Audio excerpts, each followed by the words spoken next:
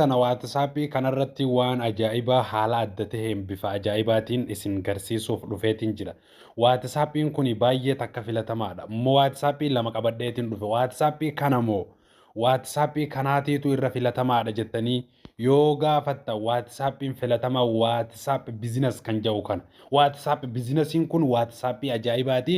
Akkasuma salaamtaan daganne akkam jirtu harka fuune isiniin jecha ani Sabahaddiin Oromaanii akkasuma warri arraan tana jalqabaaf dhuftan like share subscribe godhuudhaan maatii keenyatti dabalamuu hin ta'ina hin dagatinaa isiniin jenna ammoo warri irra deebiidhaan gara YouTube channel keenyaa dhuftan guddaa galatoomaa isiniin jenna akkasuma arra WhatsAppii kanarratti waan tokko isin barsiisuuf dhufeetiin jira amma WhatsAppii business kana waliin seenna WhatsAppii business kana gasseene isin agarsiisuun afaana tura.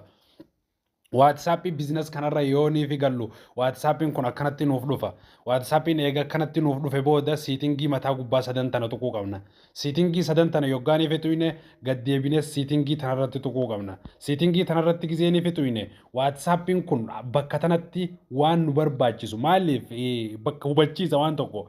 WhatsApp business kun wanni inni filatamaa ta'eef WhatsApp kaanirraa adda ta'een WhatsAppin kun yoo namni aadii isin gaafatee lakkoofsa keessan itti naqatee risaalaa isiniif erge yoo isin shabakaarra jiraattan bakka teessan bu'ee yoo isin risaalaa nama sanillee ergaa nama sanii laallachuu hin dandeenyellee bakka tan teessan bu'ee waan isin asitti guuttattan tana dhaqee namticha saniif deebisa jechuudha. Waan isin bakka tanatti guuttattan tana dhaqee namticha saniif deebisa jechuudha. WhatsAppin kun bakka tan teessan bu'ee nama saniif ergaa deebisee nama san gammachiisuu danda'a. Kanaan WhatsAppii kaanirraa adda ta'ee filatamaa ta'ee jechuudha WhatsAppin kun. Amma fakkeenyaaf bakka tanatti maqaa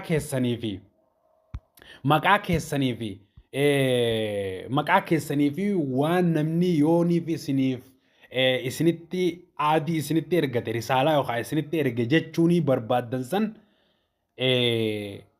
isiniif kaayyachuu qabdan jechuudha bakka tana keessatti. Anammoo hiyya akkuma isin arkaa jirtan kanatti maal jechaa jira Allahumma yaa faatira samaawaati wal ardaan toliyyii fi duniyaa wal aakhira waan an barbaadu kana nama saniif ergamaan tanaa jechuudha. Kanaan wajji wal qabatee WhatsAppiin kan keessan yoonii fi isin jalaa gubatellee akka yoo ergaan isin achirraa qabdan akka isin jalaa hin banneef bakka tanatti imeela keessan guuttachuu qabdanii isiniin jechuu barbaada. Kunoo kana barnoonni ani isiniif qabadhee dhufe kan kana fakkaatu hanga barnoota biraatii walitti dachaanutti turtii gaarii isiniin jenna.